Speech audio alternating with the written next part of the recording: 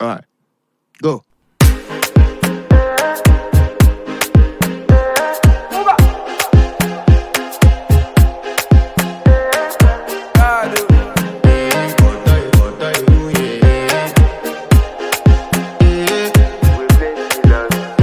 I want to flex my love, I want to impress, and I want to carry my love away to a place she loves.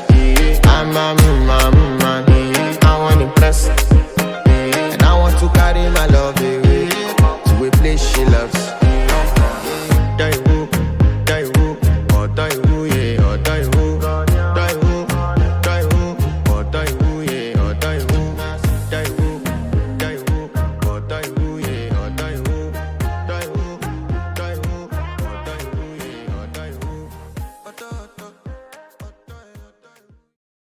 Press. This is my uncle. I want to carry that love. My uncle, you look like me.